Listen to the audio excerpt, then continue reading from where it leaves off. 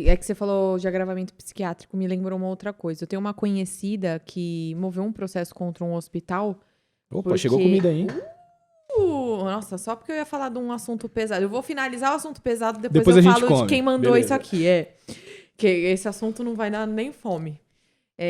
Ela processou o hospital e está sendo investigado a respeito de abuso sexual durante Sim. um processo cirúrgico. Sim. Eram homens que estavam... Era cirurgião, Uhum. o anestesista, todos homens.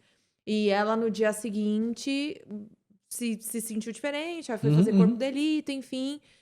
Ao que tudo indica, porque o Sim. processo ainda não se concluiu, a gente não pode falar que Sim, foi sim. condenado ou não foi condenado. Mas, ao que tudo indica, teve um abuso sexual ali durante, porque ela estava sedada. Uhum.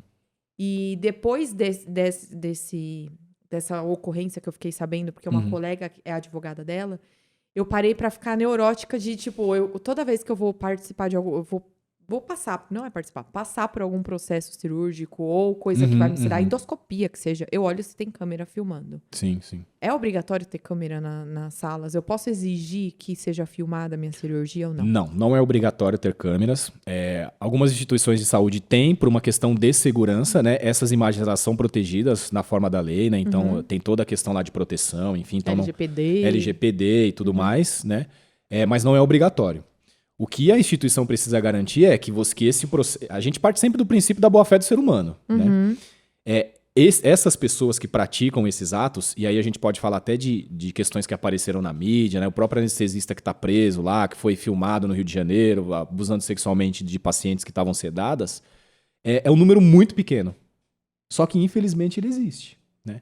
E as instituições elas têm cada vez mais estabelecido processos de segurança, e aí não só de segurança assistencial, mas segurança psicológica, né, acolhimento, e principalmente identificando esses profissionais com atitudes e comportamentos disruptivos, que a gente chama, e afastando esses profissionais das atividades. Mas, infelizmente, existe. É um número muito pequeno, não representa a grande maioria dos profissionais sérios, dos profissionais que, de fato, exercem a medicina e o cuidado da maneira que tem que ser, mas, infelizmente, acontece. Mas as instituições, ao Elas meu ver, podem podem gravar. colocar. Elas podem gravar. Eu acho que deveria. Vou te dar um porque exemplo. isso exime, né? Eu trabalhei numa instituição em que uma criança ela caiu de um berço.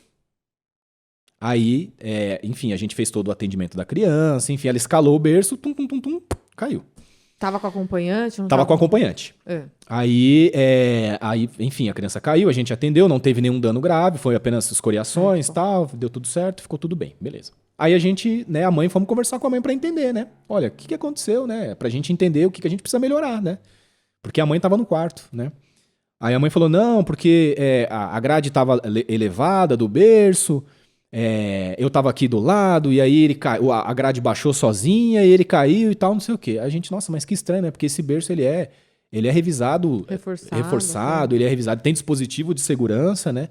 A gente sempre dá essa orientação para as mães, né? Ensina, inclusive, como é que trava e como é que destrava, né? Porque muitas vezes ela pode querer pegar a criança no colo e tal, enfim. Aí a gente, por acaso, neste leito, era um leito de UTI, tinha câmera. Aí, vamos olhar a filmagem. Ela dormiu. Ela não estava no quarto, ela estava no banheiro e a grade estava baixa. Assim, provavelmente ela foi 2 minutos e falou, não vai acontecer nada. Com certeza. Vou no banheiro e volto. Ou, de repente, até esqueceu de levantar, enfim. Ela não estava no quarto, ela entrou no banheiro, a criança, não tem culpa, escalou, caiu e virou, assim de cambalhota. Caiu no chão. E aí, na hora que ela ouviu o barulho, ela saiu correndo do banheiro, pegou a criança, sacudiu, tal, não sei o quê, chamou a equipe assistencial, e não sei o quê, porque a grade caiu sozinha, tal, mas não foi a grade que caiu sozinha, né? Entendi. Aí a sorte do hospital era então, que tinha a câmera, filmagem. Ela pode ajudar, inclusive, né, a elucidar esses casos, né? A apurar esses casos. Ou, de repente, ela pode ajudar a gente a fazer análise de um evento. Eu trabalhei num hospital alguns anos atrás, que um acompanhante, ele caiu no hall do hospital, ele quebrou o nariz, quebrou a cara. Ele caiu mesmo, ele tropeçou, ele tava andando assim, caiu de cara no chão. Foi pra UTI, teve que fazer cirurgia, um acompanhante, não era paciente. Tá?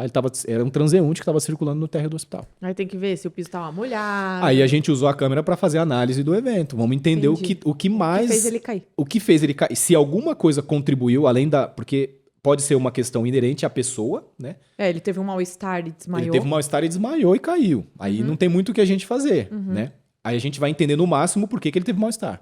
Era um paciente que, de repente, estava de jejum mais tempo do que era recomendado? Pode acontecer também. De repente ele tinha uma recomendação de jejum de 8 horas. Aí atrasou o procedimento cirúrgico dele, ele ficou 12 horas de jejum. Cara, ele vai ter uma hipoglicemia e vai desmaiar. Então isso também é levado em consideração.